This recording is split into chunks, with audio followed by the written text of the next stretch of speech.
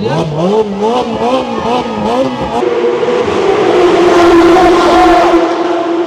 think we're in the right place.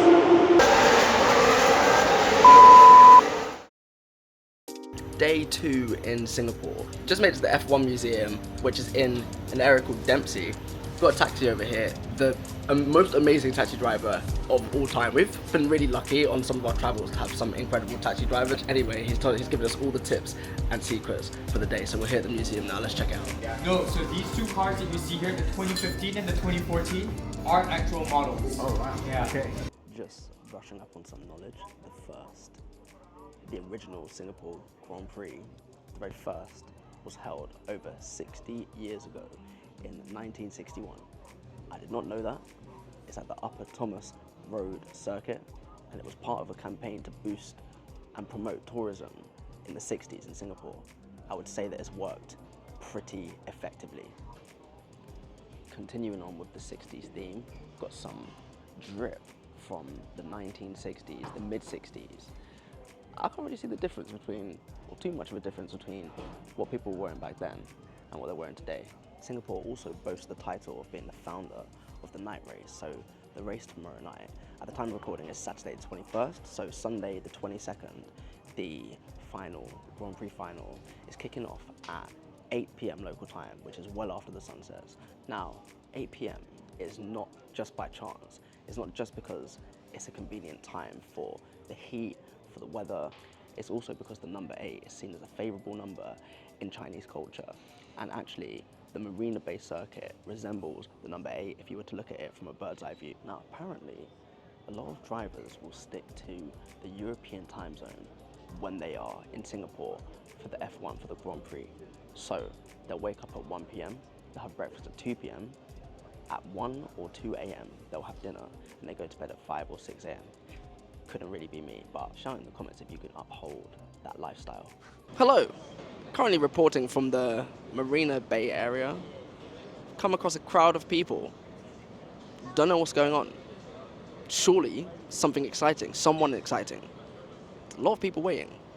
No one seems to know why. Gonna get the answers.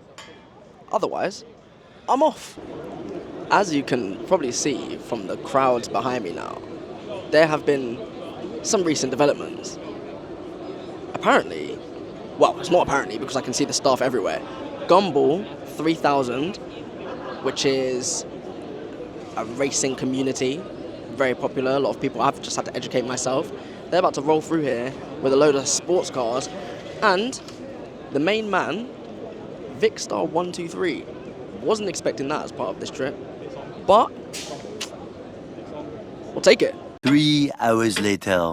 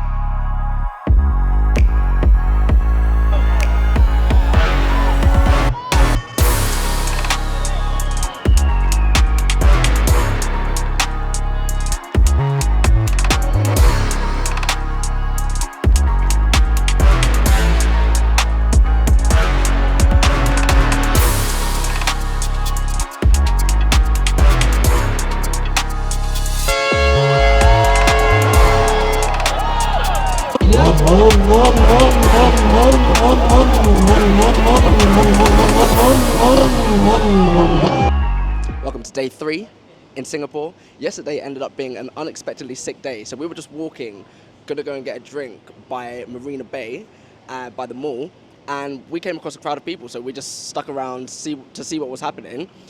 We ended up watching several hours of Gumball 3000 with all of their crazy cars coming through. Saw some legends like Nico, the watch guy from YouTube, DDE, Patrice, Evra, and of course the main man himself, Vicstar 123, doing his tour Saigon to Singapore. Now, camera ran out at that point, which was very disappointing. Okay, Singapore day 3, and more importantly, race day. Got a very, very full day. So to start off, we're heading to the Marina Bay Sands rooftop If you've ever seen the Marina Bay Sands Hotel, it is the surfboard on top of a load of towers. It's one of the highest vantage points in the city that you can see the track from. So we're gonna head down there. We've got some tickets. I think they cost about £30 per person. I was actually really impressed with the value for money there. It also includes a drink, and we're gonna go down, soak up the atmosphere of the F1, of the build-up, of the pre-race, and then after that, we've heard it's notoriously difficult to find a free spot in the city to watch the race from. But I like a challenge. So we're definitely going to be seeing the race today for free from somewhere. So stay tuned to see how much of the race we're able to see. We're going to try and get some good shots of some of the drivers, some of the key points of the race. I'm excited for this one.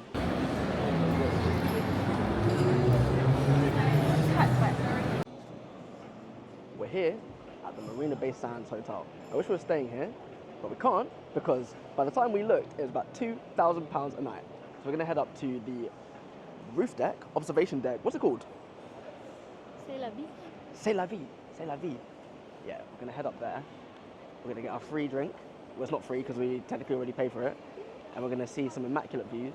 We're going to get the track and soak up the build-up pre-race, the atmos, the everything. It's lit.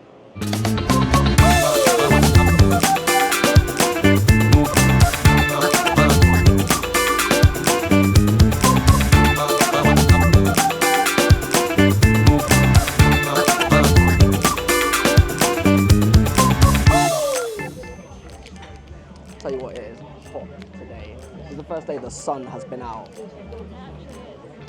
properly. It's been cloudy, right? It's been cloudy basically, which has given some protection. However, C'est la vie came through with the cooled towel. This feels like it's been in the freezer for about 5 years. Oh my god, that is beautiful. It smells peng as well. The views from up here are incredible as expected. This is one of the best ways to see or access the rooftop of the Marina Bay Sands, because I feel like you can't go to the pool unless you're staying here. Yeah. Although there's a... Staying here, I probably wouldn't leave. I hear I that. wouldn't see anything else. I feel like jumping over the barrier right now. you can the pool is literally just there.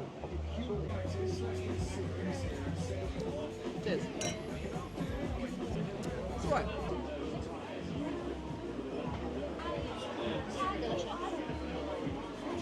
Delicious. Yeah, I thought it was super juicy. Let's see what we're saying. That is mad. The wasabi paste is cutting through my nose. But I feel like it needed it. yeah. I don't even like wasabi. Yum. Well, the view from up here is absolutely incredible. You can see a number of different parts of the track from both sides of the venue. We booked the 1 p.m. until 6 p.m. slot, which obviously is not while the race is going on, but we thought that since it's a bit higher up, we might miss a lot of the atmosphere if we didn't go down into where the crowds were. So we're going to head into the crowds later for the race start and hopefully really get into the Grand Prix experience here in Singapore. Harder!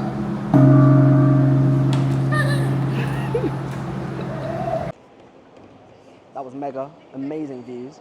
Just walking through the reception lobby of the Marina Bay Sands Hotel right now. It is incredible, stunning architecture, and we're on the way to go and scope out some of these spots for later. There's a lot of free spots that you can watch the Grand Prix from in Singapore. So we're going to scope them out, get the lay of the land, see what we're working with here, and try and pick the best spot for us to set up later and get some incredible snaps. We believe, we believe, we believe. A few moments later. We're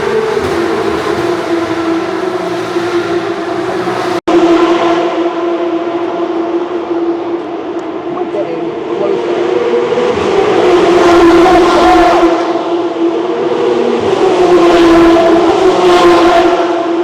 I think we're in the right place. Now just to track something down.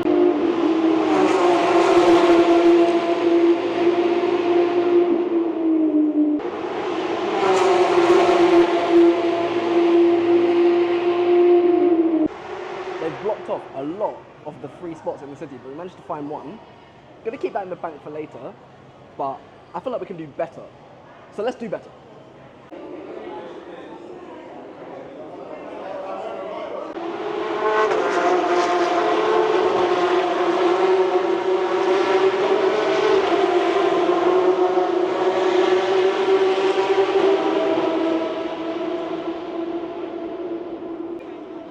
Okay, we're cooking now. We just found a spot inside of Millennial Walk Mall. And so it's got terraces, I think, on all the floors. So we're going to check out some of the other floors, but that is probably the best view we've had so far. And not only is it a good view of the track, but the skyline in the background is picture worthy. We're going to do this. Now, this is a spot that's right below where we just were. I feel like it's part of this mall, and it doesn't look really empty, and we can't figure out how to get there, which makes me think that maybe other people can't figure out how to get there. And if we can get to that spot, I feel like that's the one. That is the money shot. As you can see, the actual course is right next to us, and we're right next to one of the gates as well, like the ticketed gates. So we can do this.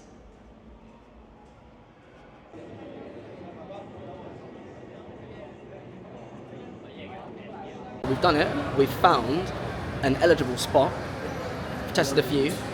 Thank you, TikTok. I never thought I'd say that.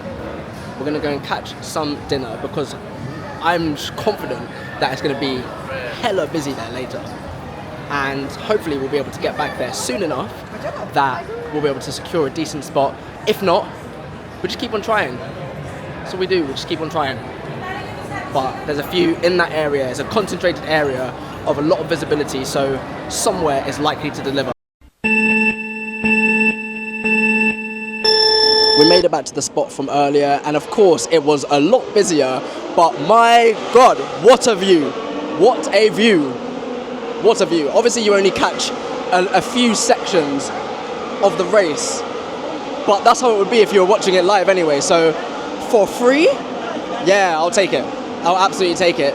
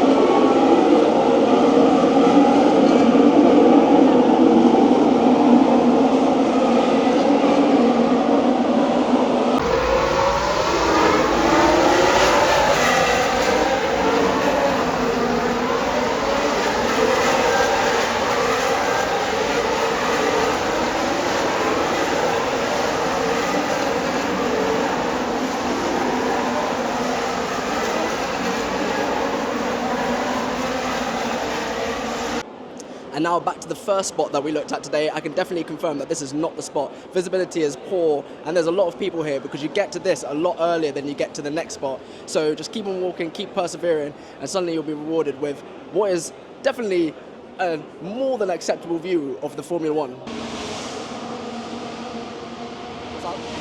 with their selfie stick, that's very clever. Catching the whole thing. You got the selfie stick up, but they're just staring at a wall though. Like, look at that. I mean, fair play. I don't have the height for that, and apparently she doesn't either. This guy's trying as well. Some people got the selfie sticks. They've definitely done this before. The Helix Bridge, which is one of the main spots that is usually free, it seems they've locked it off. It seems like it's now part of the ticketed, it's one of the gates, you have to pay to go into it. So if you're looking for that spot, it's not there no more. It's not there.